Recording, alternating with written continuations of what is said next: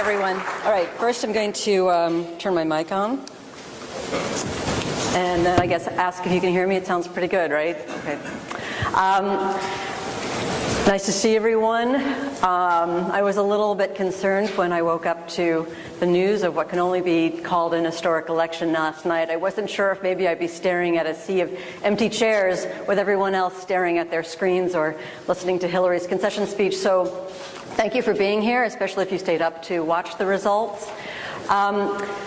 Today I want to talk to you about building an annual plan for new business, and specifically 8 essential elements that I think have to go into it. I remember the first time that I was asked to do an annual plan for new business, and I was terrified. I didn't know where to start. I didn't quite know what it meant.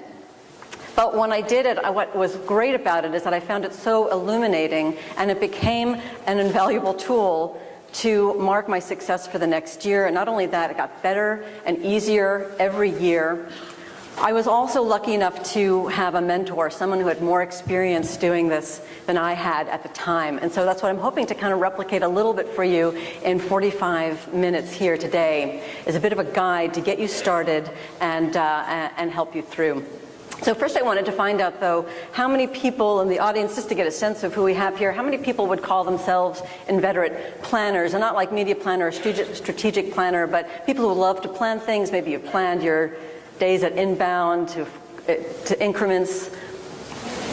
Okay, a good amount of people, but probably not the majority, which then tells me that the rest of you are somewhere along the spectrum of people who hate planning, who see it as some sort of futile attempt to control the future, which by its very nature is unpredictable, and then maybe those who just aren't quite sure where they fit in. Well, this is going to be for both of you. For the planners, it's going to align well with your natural sensibilities, and for those who are skeptical of planning, I think it'll give you a structure. At the very least, it's going to give you a structure to work within, and maybe I can convert you into why planning is so important and having a plan is so important. So that was the first couple of questions. The other question that you actually may be having for me is, what is an annual plan for new business? Well, quite simply, or simply put, it is a roadmap to help you measure the growth and plan for the growth that you need to achieve for your agency in the coming year. And maybe more significantly, the questions are, why is it important? Well, first of all, it aligns everyone's expectations. Not only does it set expectations for you, but it aligns the expectations of the people that you work for and your colleagues as well. And related to that, it's going to provide clarity to not only to you, but also to the rest of your agency on what everyone is working for. It gives you something to aim for. I find that sometimes the new business function in advertising agencies or other creative agencies can be a little bit shrouded in mystery, maybe more so in big agencies than small agencies. But having a plan for new business, especially one that you can share with the rest of your agency, gives everyone something to shoot for and gives them a real understanding of what you're aiming for too. I'm one of these people who believes that planning is partially looking back, and by looking back it helps prepare you for what's ahead. So you start to see patterns, you start to see the sweet spots, you start to see trouble areas, and you're much better prepared to take advantage of the sweet spots and fix what needs to be fixed. And finally, your boss will be impressed. How many have already been asked to create or to develop an annual plan for next year? Okay, again, a few. So I don't know if it was your idea or your manager's idea, but for the rest of you, if you like what I'm saying today, then maybe later on this afternoon send an email to your boss saying, look, we need to do an annual plan for new business. I know what it's going to look like, I know what it's got to include, and I want to get on your calendar so that we can talk about my outline and our shared intentions. So your boss will be impressed. The other reason why I think it's important for you, and I'm making some assumptions that a lot of the people in this audience are related to agencies that either specifically do content marketing or have that as a specialty. So, and this is a quick look at the numbers that I did. 75% of marketers are expecting to increase their investments in content marketing. 70% lack a consistent or integrated content strategy. And maybe because of that, 43% have an intention to grow their content marketing team. 51% have an intention to put someone directly responsible for content marketing in place in 2017. So if you're an agency that specializes in content marketing, the future looks really good. You're already off to a great start with your plan. So let's get into these 8 essential elements that every new business plan should include. Now, I'd mentioned that I want to give you the easiest way possible to start. So my goal is to give you something as simple as fill in by numbers, paint by numbers. Being realistic, it's probably not going to be that way. It's going to be more like a blueprint, but there's still going to be a lot of work to do. But it's much easier to build that house successfully with a strong foundation that's going to last for a long time and be pleasant to live in if you've got a good blueprint. Now, the first place I start, going back to this idea of looking back to move ahead, is the marketplace, the field on which you play, in other words. And when you start looking at this, you want to start looking at the trends that you're seeing in the market in which you compete, and the consequences those trends are going to have on how you need to stay competitive. So I work a lot with, or I work partially with a lot of large ad agencies, and so they have been struggling with the trend from agency of record relationships, for instance, to more project-based work. So that's really has caused them to change the way they approach business development and maybe even set up their agency in general. That may be less a concern for you, but maybe think about that slide that I just showed you with the growing importance of content marketing in the marketer's toolkit. That's a pretty big trend, so boom, now you've got a trend you can start your plan with. You also maybe want to look at your competitors who you're competing against now or who you have competed against in the last year. Are they the usual suspects, or do you see ones that are maybe new, and what does that say? Does it say that you're pitching in the wrong things, or does it say that there are new competitors entering again? What are the consequences? And then aspirational, who do you want to compete against next year? Along with the marketplace, you also want to look at how you're playing on that field, your own performance. You start to generate data when you start to do an annual plan for new business. So if this is your first year that you're doing it, you don't have a lot of data. This is maybe an area you spend a lot of time in. Going back and looking at how many pitch opportunities you participated in, what were the nature of those? Were they quick meetings that converted quickly? That's pretty nice to have. Were they long, drawn-out negotiations? Were they the right ones? Are you pitching the right clients?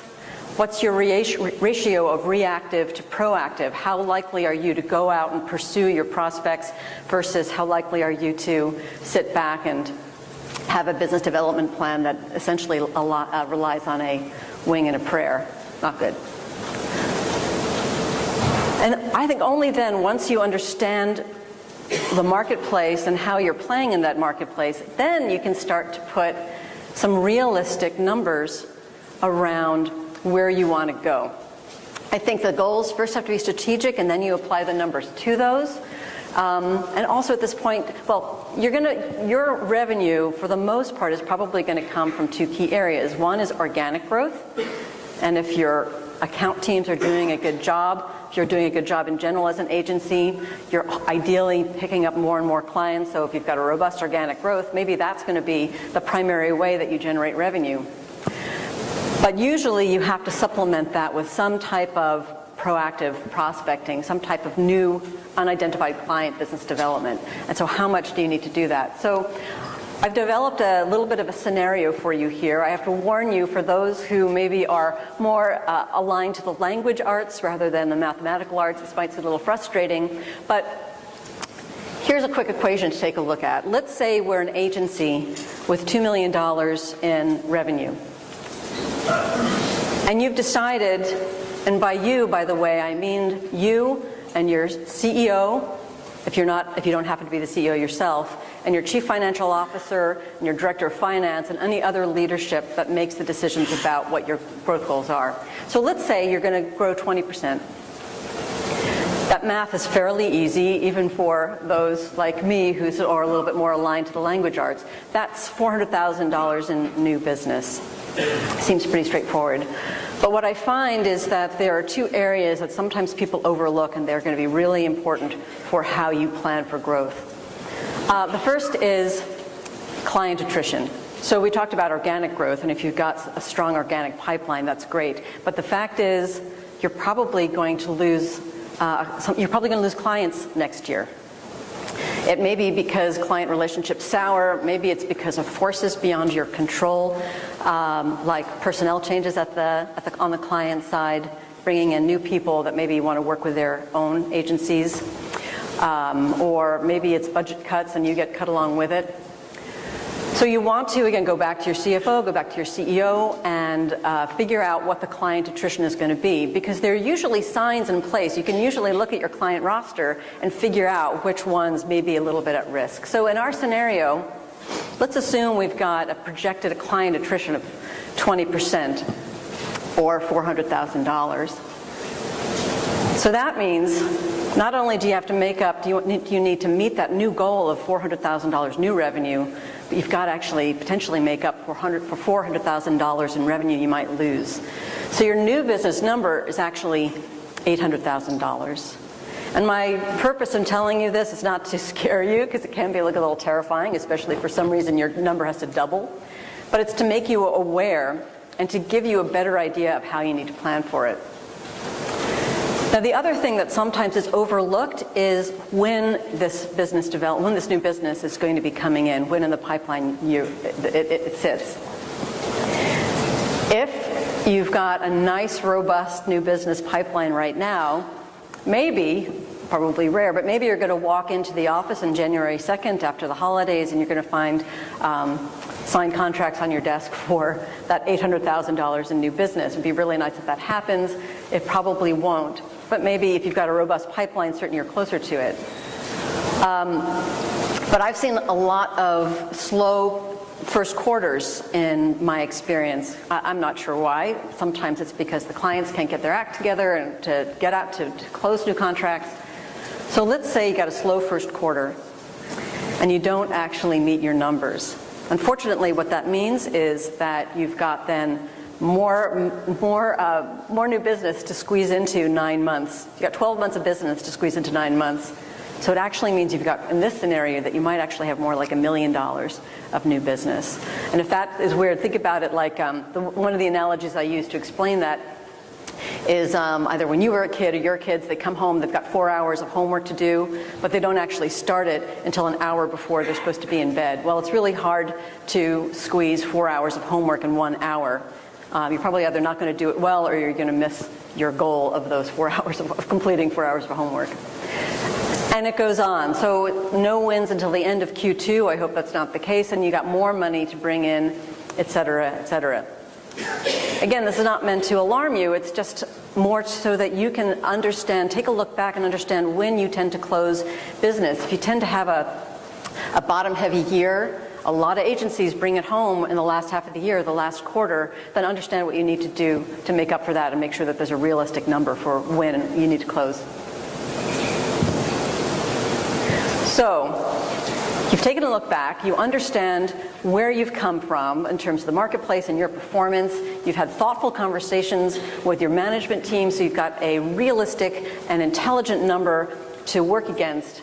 Now you need to figure out how you're going to meet those goals, and this is kind of, I think, where the fun part comes in. There's a little bit of figuring out how much activity needs to be wrapped around this, but it's also a very creative process when you get to think about the activities that are going to get you there. So some of the things you want to ask yourself, how much activity do you need to fill the pipeline is kind of the first and obvious one. How many pitches do you need to be in? But also, what's a reasonable sized client? What's an aspirational client in terms of size? Are you pitching in the right categories? If you want to go into new categories, then what kind of level of support will you need? So if you're pushing yourself into a new category, business category, it's likely that maybe you need to do a little proprietary research. Maybe you need to do some, I don't even know if I want to say the term, but maybe you want to do some spec work with your creatives so you have something in your portfolio. So what level of support will you need from the colleagues in the agency? And what's your budget? How many people know what their new business budget is? Yeah, I can practically count it on one hand. This is not an unusual situation. I'm not sure why it is, well, I do know why it is. I'm actually going to get to that. But ask for a budget. When you're having those thoughtful conversations with your CFO and with your CEO, ask for a budget, or even better yet, anticipate what you think that budget is, because you're probably going to cut it anyway. As we'll see, new business budgets are a little bit weird, but they're important. It's important to know what it is. Let's go back to Darren for a moment in our scenario. So when you're trying to figure out the amount of activity that's got to go through your pipeline, one of the things you might want to do is, again, you've looked back, you should know by now what your average client revenue is, because you've done that work in analysis. For the sake of this scenario, I took a benchmark that David Baker, I don't know if anyone's familiar with David Baker. He's also a consultant that does a lot of management consulting with advertising agencies, and I think he's speaking here, I'm not sure which day, but he's got a lot of smart things to say. I think there's already an overflow room for his talk, but try to go see him too. But he says, or he has said in the past, that ad agencies, regardless of size, should have between 8 and 12 clients. If you have less, you're probably too reliant on a few big clients that if one of them leaves, you're going to be left without a lot of revenue and very vulnerable. If you have much more than 8 to 12 clients, then you probably have a lot of smaller clients that may not be very profitable that you should probably think about shedding. So if it's true, let's say what David Baker sounds right to us, what he says sounds right, then in this scenario, our average client is about $200,000. So that also gives us an idea of what we want to shoot for, as well as an aspiration. Again, let's say that your likelihood to close at the early stage in the pitch, in the new business funnel, at the credential stage when you're starting to introduce yourself, maybe it's 1 and 2. And that's not bad. That's 1 out of 2 at 50%. It's pretty good. Let's say through your analysis, you've also identified that something goes wrong. You're less successful as you start to close. So first of all, you got to figure out why that is so you can fix it.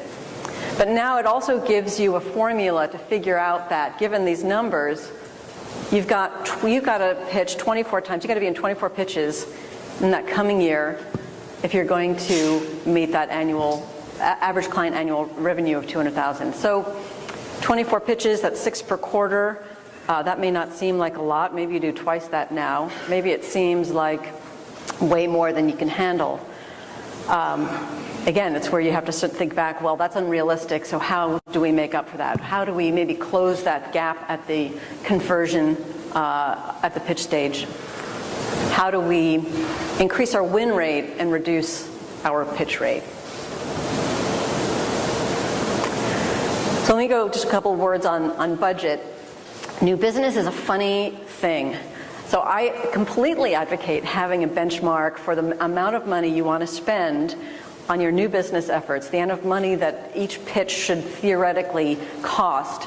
The problem is that you may win some really big clients and spend very little getting them, and that may be for a bunch of reasons. Often it's because there's already a favorable relationship between your agency and the person at the client side.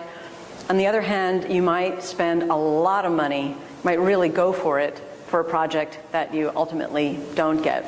So it's tricky, but the benchmarks are important. Really, the bottom line, though, is that pitching is expensive. So again, you want to lower your pitch rate and increase your win rate. Your team is also important. So this becomes the 5th element of your new business plan. The first part, you've looked backwards, you've set some realistic goals, you've kind of figured out what you need to do. Now, how are you going to get there? Well, your team is pretty essential. So, who's on your team? What do they do? And are their strengths aligned to the goals that you need to reach? Now, this is also your own team, if you're lucky enough to have a team that works directly with you. But I also think you got to think about the agency as a whole. I've seen, I was going to say very few, I've seen 0 agencies. I've never seen a situation where the new business function is so autonomous that it doesn't require the help and the input of other people at your agency. But there are various variations on a theme to what a new business team looks like. For a lot of agencies, this is what it looks like. And how many people is this prescribed? Yeah. And maybe that's you as well as doing with 3 other functions as well. If this is the case, perhaps you're lucky enough, if you're not also the CEO, to have a really strong relationship with the CEO. And I think this is so important because it's the CEO who has the drive and the passion and the vision. Passion and vision, I think, are 2 words that I try to avoid because they've become so overused that they're virtually meaningless in our world. But I have actually worked with a lot of CEOs, especially of smaller agencies, who actually do embody passion and vision for their agency.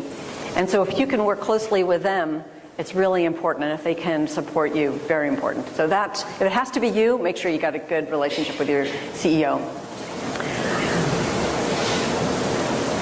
Maybe you're at a larger agency and you've got a team that can support you. Again, what are their strengths and how does that align to your goals? If you're a new business team and maybe also they've got some support team, maybe they can become that engine that helps you generate new business content so you can go out and sell. If they're really good at organizing chaos or really good within processes and systems and you're good at selling.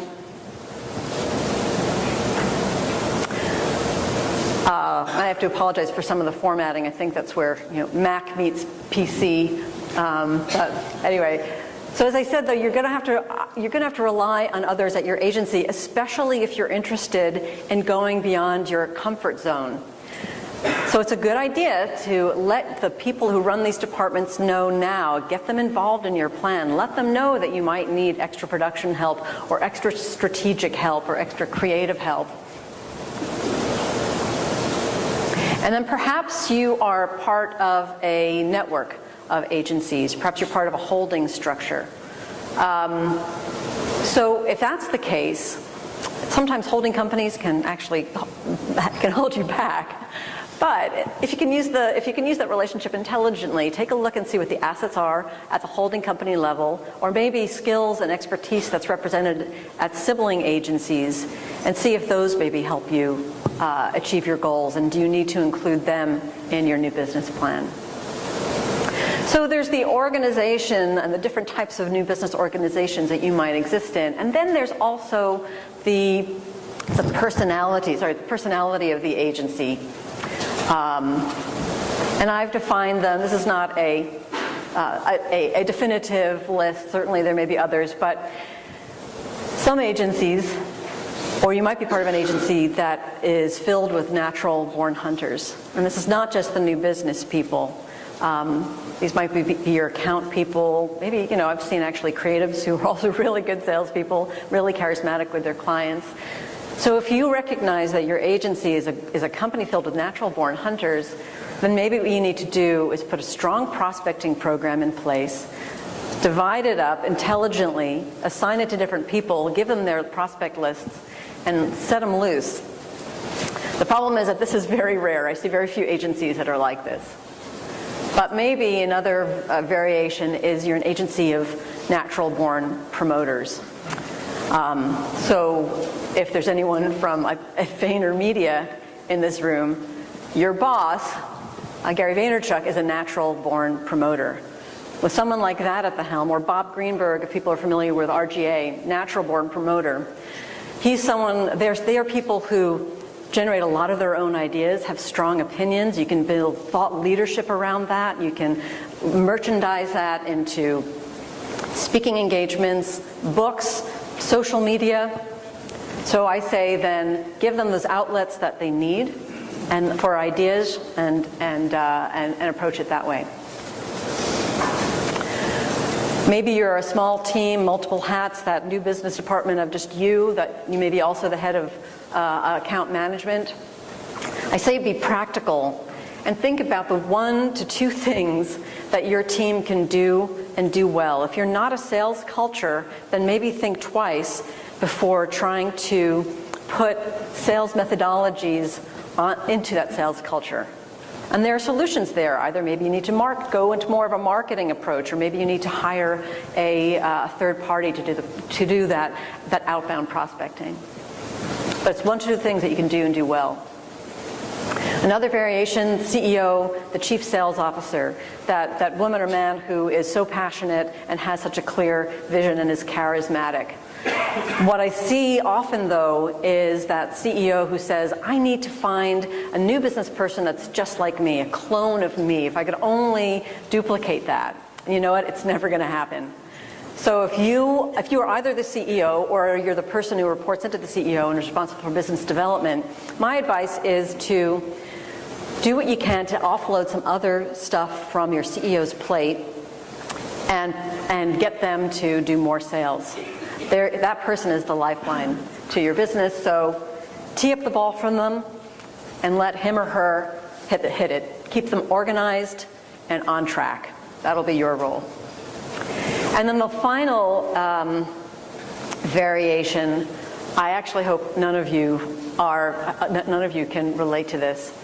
And that is the type of agency that once they finally hired, maybe they finally hired that new business, that dedicated new business role, and their response is, it's your job, keep us out of it. Well, the first thing you might want to do is actually start looking for a better job, because this is always going to be a frustrating environment to work in. But if that's the case, then your plan should probably be about the 1 to 2 things that you can do and do well. And again, it's important to get in there and manage expectations with your CEO, your CFO, and the other department heads.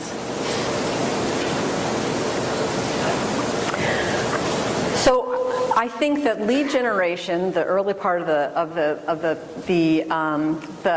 sales funnel, and the end part, the pitching and closing, have to be, or ideally are, supported by marketing and PR, and I call it the new business triumvirate. And once you know more about what your agency's strengths are and what your goals are, you may want to adjust those weights a little bit. And maybe you're more of an agency of natural born hunters, so marketing will take a smaller role. Maybe you're natural born promoters, marketing might take a larger role. But regardless, you should include it in your new business plan. The first question you might want to ask yourself is, does your agency's positioning serve you? And I've seen a lot of agencies where that answer would be no. There are too many agencies out there who have positionings that are vague, that sound like everyone else, and by sound like everyone else, they don't sound good. They actually sound vague and uncertain. And I think there are a few other sessions here too being given by folks like me on how to better position your agency, how to specialize. And you might, if you're thinking, wow, my positioning doesn't serve me. When I go out and I make those calls or send out those emails or talk to people at conferences and I say, oh yeah, we're an integrated marketing agency that puts the client first. Yeah, you're probably the 50th person that has said that to that person that day. So that's not a positioning that serves you well. But let's say you do have a really strong positioning. Then how are you telling your story? Do you have a hierarchy of sales messages? Is it being told consistently in your case studies, on your website, in the way you pitch? And then what tactics align well with that story? So you probably want to include, this is a little hard to read, some sort of marketing calendar in your plan. So this is actually something that I did this time last year with a client of mine. The client is a network of content production studios, content creation studios. They had just hired a very charismatic CEO. And by the way, for anyone who would like this, I'd be happy to make this presentation available to anyone who would like it. So hired a charismatic CEO, natural born promoter. They had just gotten an infusion of private equity, so they had a budget. So that became, all right, how do we use that? Well, we developed thought leadership. We got him out speaking. We sponsored certain conferences that were going to be right for us. We had a robust email marketing campaign going out. Our goal was twice a month. Well, they ended up doing about once a month, but at least it was consistent. A strong PR campaign. We hired a third-party PR person to help us get exposure. We started producing our own events. We also had a strong internal communications plan. So depending on your agency, maybe you only have a couple of lines, but think about it through the calendar. It's going to help you also understand where and when you need to focus your resources. Then finally, the last big chunk of your plan should be your operations.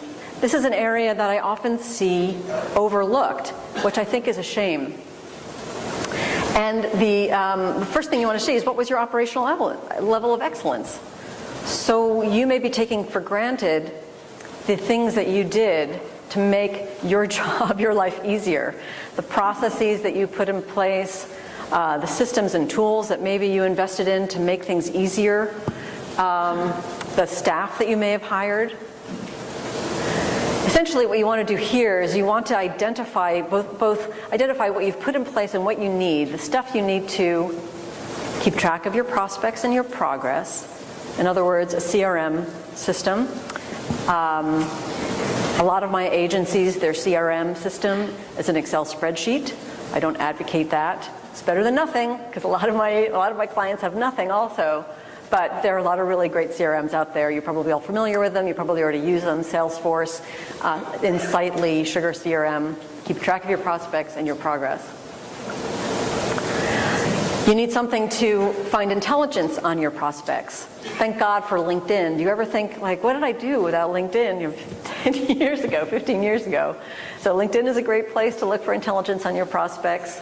But sometimes if you want to go specifically into a certain category or you need to get deeper, it might make sense to invest money in a third-party database that collects names and information and contact information about the people that you need to pitch. So there is, in my world, there's The List, which has a product called Winmo, Access Confidential. There are also a lot of specialty ones for, say, retail.